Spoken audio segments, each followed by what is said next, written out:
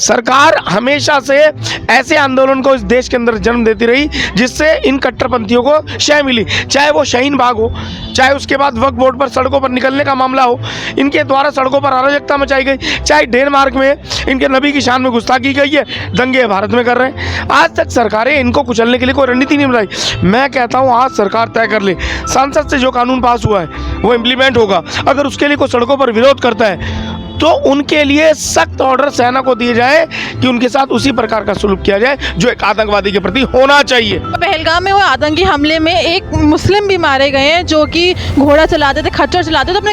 ये बिल्कुल बेबुनियाद बात है और इसको एक नैरेटिव सेट किया जा रहा है। मैं कहता हूँ टीम ए नरसंहार करती है, हत्या करती है, टीम बी उसके लिए रोष व्यक्त करती है, हाँ ये गलत हुआ, और टीम सी क्या करती है, ये नैरेटिव सेट करती है कि हाँ एक बंदा वहाँ था, कहीं नहीं था ऐसा कहीं नहीं था और दूर तक भी नहीं था। 4-4 हज़ार रुपये उन घोड़े वालों ने लिए। और आप सुनिए, शुभम जी की धर्मपत्नी कहती है कि वो घोड़े वाले हमको जबरन ऊपर ले आना चाहते थे, वो हमने मना भी किया कि मेरे पति वहाँ नहीं जाते जहाँ सिग्नल नहीं मिलते।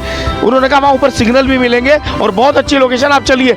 जितने भी वहाँ कश्मीर के बाशिंदे थे वो सब सुनियोजित इस हत्याकांड में शामिल हैं, ये बिल्कुल स्पष्ट है। नमस्कार, मैं हूं आस्थापुरी आपके साथ और आप सब देख रहे हैं नेशन वन। आज हम देहरादून के पलटन बाज़ार में खड़े हैं। आज हम पहलगाम हमले के बारे में बात करेंगे। 22 अप्रैल को पहलगाम में बैरसिन घाटी में 28 निहत्थे लोगों का नरसंहार किया गया, जिसके बाद पूरा देश शोक में है, साथ ही साथ पूरे देश में गुस्से का माहौल है, जिसके बाद जो हमारी सरकार है वो भी काफ़ी एक्शन में आई है। इसी बारे में आज हम बजरंग दल के अध्यक्ष विकास वर्मा जी से बात करेंगे, उनसे जानेंगे कि आखिर इस माहौल के बाद जो पूरा माहौल बना हुआ है इस मामले के बाद वो कैसा है, और साथ ही साथ जो एक्शन लिए जा रहे हैं उनके बारे में बात करेंगे। नमस्कार सर। नमस्कार सर, हाल ही में पहलगाम में इतना बड़ा हमला हुआ, आतंकी हमला हुआ, जिसमें 28 निहत्थे लोगों का नरसंहार किया गया, धर्म के आधार पर उनको मारा गया, धर्म पूछ कर उनसे मारा गया, जिसके बाद जो पूरा देश है वो एक गुस्से में, सरकार भी एक्शन में आई है। लेकिन उसके बाद हम देख सकते हैं कि सरकार ने काफ़ी सारे एक्शन लिए, जैसे पाकिस्तानी और जो बांग्लादेशी लोग हैं उनको लगातार डिपोर्ट किया जा रहा है, जिसके बाद हमने काफ़ी ज़्यादा एक वो भी देखा है कि उसके खिलाफ भी लोग बोल रहे हैं, उसके साथ भी लोग जा रहे हैं। तो उस पर क्या कहना है आपका? देखिए, मैं मानना चाहूँगा कि अगर देश के अंदर बांग्लादेश से, रोहिंग्या से या पाकिस्तान से घुसपैठ हो रही है तो उसका जिम्मेदार कौन है? आम नागरिक तो नहीं है, सरकारी तो हैं जिन्होंने बॉर्डर को सुरक्षा इस प्रकार की दे रखी है कि बहुत ही लापरवाही से 500 रुपये मात्र देकर बांग्लादेश से कोई भी अवैध रूप से भारत के अंदर आ जाता है, पाकिस्तान से कोई भी अवैध रूप से भारत में आ जाता है। रोहिंग्या कितनी बड़ी तादाद में आए हैं और 5 लाख से अधिक वो महिलाएं जिन्होंने यहाँ पर बच्चे बनाने की मशीन बना दी, 8-8, 9-9 संतानें यहाँ पैदा की हैं, वो पाकिस्तान की महिलाएं 5 लाख, वो कहाँ से भारत के अंदर प्रवेश कर गई? और मैं कह रहा हूँ चलो पूर्व में जो हुआ सो हुआ, लेकिन 2014 के बाद जब नरेंद्र मोदी सरकार, इसी विषय पर सबसे महत्वपूर्ण विषय था कि ये जो अवैध रूप से घुसपैठी है उनको बाहर निकालना है, उसके बावजूद भी अगर भारत के अंदर यह घुसपैठी स्थापित है तो सबसे बड़ा फेल्यूर केंद्र सरकार का है। और ये परिस्थिति अब क्यों खराब हुई? आप मान लीजिए 28 से अधिक लोगों को वहाँ पर मारने का प्रयास किया गया, 28 तो जाने गई है, गोलाबारी बहुत अच्छी तरह से उन्होंने की और 45 मिनट तक ये सब क्रम चलता रहा। पुलिसकर्मी बाहर गेट पर बैठे हैं, उन्होंने उस इतने बड़े नरसंहार पर मौन से साधा रहा। उसके बाद जम्मू कश्मीर सरकार, वहाँ के स्थानीय लोकलाइज नागरिक, सभी लोग तो इसमें मिले हुए हैं। अगर वो मिले ना होते, सन 1990 में कश्मीर से हिंदू पलायन होता क्या? मस्जिदों से सुबह 4:30 बजे अजान में कहा जा रहा है हिंदू अपने घरों को छोड़ दो। तो इस प्रकार की जो घटनाक्रम वहाँ पर हुआ है उसके जिम्मेदार सभी वहाँ रहने वाले नागरिक हैं। और अगर उन नागरिकों को देश में कहीं कहीं जगह निशाना बनाया जा रहा है तो वास्तव में निशाना बनाने का रोष यही है हिंदू समाज में कि सन 1990 में जब हिंदू पलायन कश्मीर से हो रहा था तो किसी एक मुस्लिम परिवार ने उन्हें रोकने का कोई प्रयास किया क्या? प्रशासन ने कोई प्रयास किया क्या? सत्ता में कोई बैठा है तो क्या उसने प्रयास किया क्या? देश के अंदर इतनी बड़ी घटना हो जा रही है, भारत देश का एक राज्य हिंदू विहीन हो जा रहा है। और आज भारत देश के उस राज्य की बात छोड़ दीजिए, देश के 800 जिलों में से आप ये समझिए 200 जिले हिंदू विहीन हो चुके हैं, 15,000 से अधिक गांव हिंदू विहीन हो चुके हैं। और ये घटनाक्रम इतनी तेज़ी से हो रहा है, आबादी इतनी तेज़ी से बढ़ाई जा रही है, तो कहीं ना कहीं चिंता है कि अगर देश में आपने इनके अधिकारों को सीमित नहीं किया, मुझे लगता है चाइना इस मामले में सबसे महत्वपूर्ण कदम उठाता है कि अपने देश में उसने उइगर मुसलमानों के लिए जो नियम और जो कानून लागू किए हैं उन्हें सख्ती से भारत में भी इम्प्लीमेंट करना पड़ेगा। अन्यथा ये लोग जिहादी अपनी कट्टरपंथी मानसिकता में हिंदुओं का दमन भी करेंगे, बहन बेटियों के बलात्कार भी करेंगे। नैनीताल की घटना कल ही की है, 13 वर्षीय मासूम बच्चे के साथ 76 वर्षीय उस मुस्लिम के द्वारा जो बलात्कार किया गया वह अत्यंत घिनौना क्रम है। मासूम बच्चियों को वो नहीं छोड़ रहे, हमारे लोगों के घरों को नहीं छोड़ रहे, जिहाद के नाम पर वो लोग बच्चियों को दमन कर रहे हैं, हिंदू परिवारों के नरसंहार कर रहे हैं, घरों को कब्जा कर रहे हैं, लूट रहे हैं। इस प्रकार का घटनाक्रम को नया नहीं है, क्योंकि उनके मजहबी किताब में ये सब चीज़ें स्पष्ट लिखी हैं कि इस्लाम क्या है और इस्लाम के रूल्स क्या है। इस्लाम के रूल्स यही है कि सबसे पहले काफिर जहाँ देखो उसको कत्ल कर दो, तो कर रहे हैं। जब उनका मजहबी किताब उनको ये सिखाता है तो उसका पालन करेंगे। उसका सबसे बड़ा कारण है देश में चलने वाले वह मस्जिद और मदरसे जो बेरोक टोक बनते जा रहे हैं। मुगल काल में 1000 मदरसे इस देश के अंदर थे, आज 3 लाख से अधिक है। कैसे?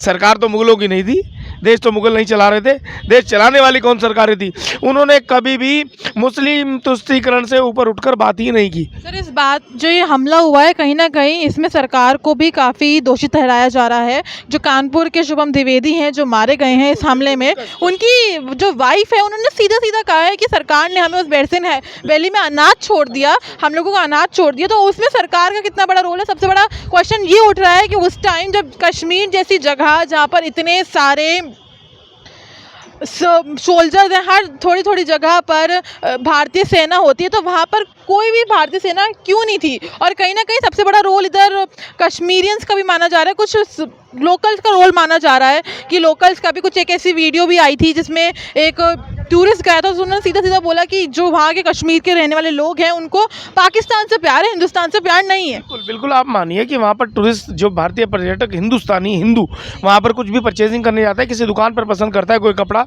और वह कहता है इसके अलावा कोई आपके पास और डिज़ाइन नहीं है, तो उनका सिर्फ स्पष्ट कहना होता है कि सर हमारे पाकिस्तान में यही चलता है। तो वो आज भी खाते भारत का है, रहते भारत में हैं, भारत के सभी संसाधनों का उपयोग कर रहे हैं, दीमक की तरह देश को चाट रहे हैं, लेकिन आज भी उनका पाकिस्तान प्रेम जग जाहिर है। उनकी रसों में नक्श में पाकिस्तान प्रेम इसलिए है क्योंकि वो इस्लाम को मानने वाले लोग हैं, और इस्लाम के मानने वाले लोग पूरे विश्व में जहाँ कुरान शरीफ, जहाँ उनके पवित्र ग्रंथ को वो पढ़ने का प्रयास करते हैं वहाँ सब एक हो जाते हैं। और हिंदू या ईसाई या बौद्ध या सिख उनके लिए काफिर होते हैं और उन काफिरों को कत्ल करना ही उनका काम है। तो आज परिस्थिति आप देख रहे हैं भारत देश के अंदर ही हिंदुओं के प्रति इस प्रकार की दुर्दशा होना यह बहुत चिंतनीय है। और सबसे बड़ी बात झकझोर ये देता है कि आप सोचिए 45 मिनट तक पहलगाम का ये क्रम चलता रहा, हत्याएं होती रही, बाहर खड़े पुलिसकर्मी वो भी सुरक्षा देने के लिए तैयार नहीं, सेना जहाँ की चप्पे चप्पे पर होती है उस क्षेत्र में ना तो कोई भारतीय सेना का कोई जवान था, ना ही शासन प्रशासन सत्ता की तरफ से कोई मजबूती थी कि आप इतने सैकड़ों हजारों लोगों को वहां मरने के लिए छोड़ रहे हैं। और अब उसके बाद आप तुरंत 45 से अधिक ऐसे क्षेत्र चिन्हित कर कर उन पर तालाबंदी कर देते हैं, उन्हें सील कर देते हैं।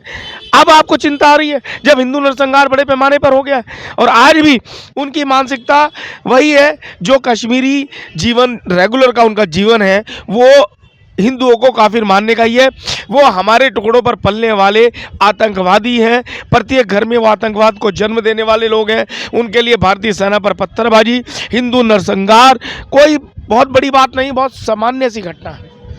सर, अब ऐसे में देखा गया कि उत्तराखंड में जितने कश्मीरी स्टूडेंट्स थे उनको वापस भेजा गया। उन्होंने एक वीडियो भी दिल्ली एयरपोर्ट से जारी किया जिसमें उन्होंने बताया कि उन्होंने रातों रात छोड़ा है वरना उनकी जान को खतरा था। तो इसमें क्या कहना है? देखिए देश है, आक्रोश होगा। और बहुसंख्यक समाज है मेरे भाई, जो ये कहते हैं ना कश्मीरी स्टूडेंट फलाना ढिमकाना, ये बहुसंख्यक समाज है।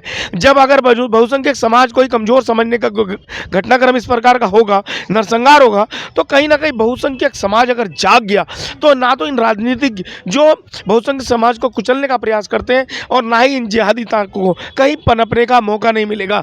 वो भी कमजोर नहीं है, बस वो सर्वे भवंतु की सुखिना की कामना के साथ इस देश में बैठी है कि आओ सबका स्वागत है। लेकिन अगर उनको फिर दोबारा इस प्रकार की पुनरावृत्ति करने का प्रयास किया कि उनको कुचलने का प्रयास किया तो उसका मुंह तोड़ जवाब देने में सक्षम है।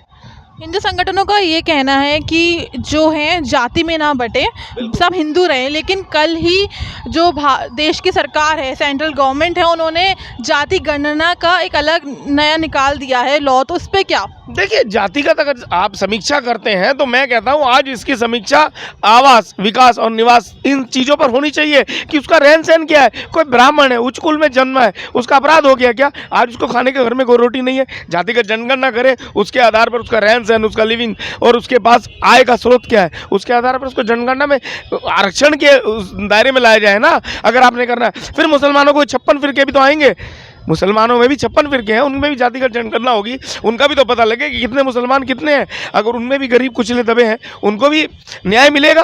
लेकिन मैं कहता हूं कि भारतीय सरकार को ये चिंता करनी चाहिए कि आज परिस्थिति इस प्रकार का विकराल रूप ले रही है कि अगर आपने तुरंत बहुसंख्यक हिंदू समाज के लिए सुरक्षात्मक कार्यों को और मजबूत पैमाने पर नहीं किया, चाइना की तरह नहीं किया, तो आपको बहुत मुश्किल है कि बहुत लंबे समय तक आप सत्ता में रह पाए। क्योंकि सत्ता में बहुसंख्यक हिंदू समाज वोटिंग का अधिकार जब तक उसके पास सुरक्षित है वह आपको वोट दे रहा है, लेकिन जब वह अल्पमत में होगा तब आप भी उस सरकार में नहीं आ पाएंगे, तब हिंदू का दमन और बड़ी तेजी से होगा। तो ये चिंता का विषय सबसे बड़ा है। मुझे लगता है केंद्र सरकार जब बैठी है उसको विचार करना चाहिए। और मैं मानता हूँ देश के अंदर जब बंटवारा धर्म के आधार पर हुआ, पाकिस्तान अलग और भारत अलग हुआ, पाकिस्तान मुसलमानों का देश बना, तो पाकिस्तान में जाने वाले कौन लोग थे भाई? इस भारत देश के अंदर रहने वाले वही मुसलमान थे जो अलग डिमांड करते थे, जो शरीयत की मांग करते थे, जो वक्फ की मांग करते थे, जो 13 साल की मासूम बच्चियों का शोषण करना अपने पवित्र किताब का एक मान्यता मानते थे। तो वो लोग तो आज भी भारत में रहते हैं, तो फिर क्या एक बंटवारे की ओर भारत जाएगा क्या? तो अब ऐसा ना हो, उसके लिए मुझे लगता है कि उनका पूरी तरह से वोटिंग अधिकार खत्म करना चाहिए। उनके लिए सब्सिडी समाप्त करनी चाहिए, जो 7-7, 8-8 बच्चे पैदा कर यहाँ पर मजहबी अपनी रणनीति तैयार कर रहे हैं और इस देश को बहुसंख्यक हिंदू समाज से वंचित करना चाहते हैं। जब से केंद्र सरकार ने ये फैसला लिया है कि जो भी पाकिस्तानी लोग हैं वो इंडिया छोड़ के जाएंगे, तो कहीं ना कहीं आप जो कितनी सारी औरतें हैं जिन्होंने जो है भारतीय हैं लेकिन उन्होंने शादी पाकिस्तान में की, अब वो जाने से भी उनका ये कहना है कि उनकी फैमिली से अलग किया जा रहा है। जो नरसंहार हुआ है उसमें वो बहुत शोकपूर्ण था, पर उसमें उनकी कोई गलती नहीं है। तो ये क्या मतलब, क्या अब इससे क्या फैसला लिया जाएगा आगे सरकार का और क्या हो सकता है? देखिए, मेरा ये मानना है ये फैसला, ये जो घटनाक्रम हुआ है दुखद है, चिंतन है, ये सब तो उन लोगों को चिंता हो रही है जिनको अब पता लग रहा है कि उनके पिछवाड़े पर लात रख रही है। अब भारत देश एक धर्मशाला नहीं है जो आए यहाँ पर बैठ जाए, विराजमान हो जाए और यहाँ के संसाधनों पर कब्जा करे और दीमक की तरह बहुसंख्यक हिंदू समाज को समाप्त करता जाए। अब ये भारत उस प्रकार का रहना भी नहीं चाहिए। अगर ये रहेगा तो मुझे लगता है कि बहुसंख्यक हिंदू समाज को कुचल दिया जाएगा और कुचला जा रहा है। आज वो चिंता में इसलिए है कि आज सख्त कानून के तहत उनको लाया जा रहा है और मुझे लगता है कि अभी और सख्ती करने की आवश्यकता है। देखिए, सरकार हमेशा से ऐसे आंदोलन को इस देश के अंदर जन्म देती रही जिससे इन कट्टरपंथियों को शय मिली, चाहे वो शाहीन बाग हो, चाहे उसके बाद वक्फ बोर्ड पर सड़कों पर निकलने का मामला हो, इनके द्वारा सड़कों पर अराजकता मचाई गई, चाहे डेनमार्क में इनके नबी की शान में गुस्ताखी गई है, दंगे भारत में कर रहे हैं। आज तक सरकारें इनको कुचलने के लिए कोई रणनीति नहीं बनाई। मैं कहता हूं आज सरकार तय कर ले, संसद से जो कानून पास हुआ है वो इम्प्लीमेंट होगा। अगर उसके लिए कोई सड़कों पर विरोध करता है तो उनके लिए सख्त ऑर्डर सेना को दिए जाए कि उनके साथ उसी प्रकार का सलूक किया जाए जो एक आतंकवादी के प्रति होना चाहिए। पर सबसे बड़ा तो जो इसमें रोल है वो कहीं ना कहीं विपक्ष भी निभाता है कि जब भी कोई लॉ पास होता है विपक्ष हमेशा उसके अगेंस्ट में चला जाता है। देखिए, वो विपक्ष, मुझे लगता है सांसद में सबसे बड़े ज़्यादा आतंकवादी तो वही लोग बैठे हैं, वही आतंक फैलाने वाले, वो बहुसंख्यक हिंदू समाज को कुचलने वाले लोग हैं। और उन लोगों के साथ मुझे लगता है उनकी सांसद निष्क्रियता करनी चाहिए। उनको वहाँ से सांसद में भेजने वाले कौन लोग हैं? मुझे लगता है कि अधिकतम सीटों पर हिंदू निर्णायक है। उसके बाद भी अगर हिंदू विरोधी सांसद भवन में जा रहे हैं, विधानसभा में जा रहे हैं और सदन में बहुसंख्यक हिंदू समाज की ना बात करके मुस्लिम तुष्टीकरण में लिप्त हैं, तो उन हिंदुओं को सोचना चाहिए कि बांग्लादेश में हमारा दलित समाज बहुत बड़ी तादाद में था, आज उसके साथ क्या हुआ। पाकिस्तान में 22% हिंदू दलित समाज बहुत बड़ी संख्या में था, उनके साथ क्या किया। और आज पश्चिम बंगाल में क्या हो रहा है आपके सामने। तो हमारा जहां अधिकतम दलित समाज था उसने एक मजबूती के साथ अपने पक्ष में वोट नहीं किया। आज उसको एकजुट होकर ऐसी सरकारों को चुनना होगा। सर, बांग्लादेश और पाकिस्तान फिर भी जो भारत की सीमा के बाहर है, पर बंगाल जो भारत की सीमा के अंदर है उसमें मुर्शिदाबाद, मालदा में इतनी ज़्यादा क्रूरता दिखाई जा रही है और उसके बाद भी जो एक तरह से कह सकते हैं सरकार और कितने सारे संगठन हैं, आप चुप्पी क्यों साध के बैठे हैं? बिल्कुल चुप्पी नहीं साधी। आपने देखा होगा लगातार हमारे द्वारा कोई ना कोई घटनाक्रम किसी भी प्रकार का होता है, और हमको 26 हमारे मासूम हिंदुओं को मारा गया, उसके बाद भी हमारे लिए एक सैनिक भी अगर वहाँ आतंकवादियों के दायरे में माना जाता है तब भी हमारे को चिंता और पीड़ा होती है, और हम उसमें किसी भी लोकतांत्रिक पद्धति से उसका विरोध व्यक्त करते हैं। लेकिन अब मैं कहता हूँ वहाँ पर एक भी व्यक्ति अगर मारा जाता है तो पूरे देश में इसी प्रकार से आग क्यों नहीं लगती, इसी प्रकार से हिंदू जनाक्रोश भड़कता क्यों नहीं? क्योंकि वहाँ मरने वाला फौजी भी हिंदू है, वहाँ जो पर्यटक जा रहा है उनको कमाई दे रहा है वो भी मैक्सिमम हिंदू ही है। और आज तो नाम और धर्म पूछकर वो उनसे मारपीट की गई, उनको हत्याएं की गई। तो आज मुझे लगता है कहीं ना कहीं हिंदू समाज को जागृत होना चाहिए। घर मकान जो किराए पर देते हैं कम से कम आपको उसका धर्म पूछना चाहिए। आप अगर किसी को कारोबार देते हैं तो आपको धर्म पूछना चाहिए कि अगर वो मजहबी बंदा है तो आपको उससे बायकॉट करना चाहिए, क्योंकि वह कल आपकी हत्या के लिए आपसे ही पैसा एकत्र कर रहा है। सर, पहलगाम में हुए आतंकी हमले में एक मुस्लिम भी मारे गए हैं जो कि घोड़ा चलाते थे, खच्चर चलाते थे, अपने परिवार का एक ही कमाने वाले थे। हिंदू पर्यटकों को बचाने के चलते वो मारे गए हैं।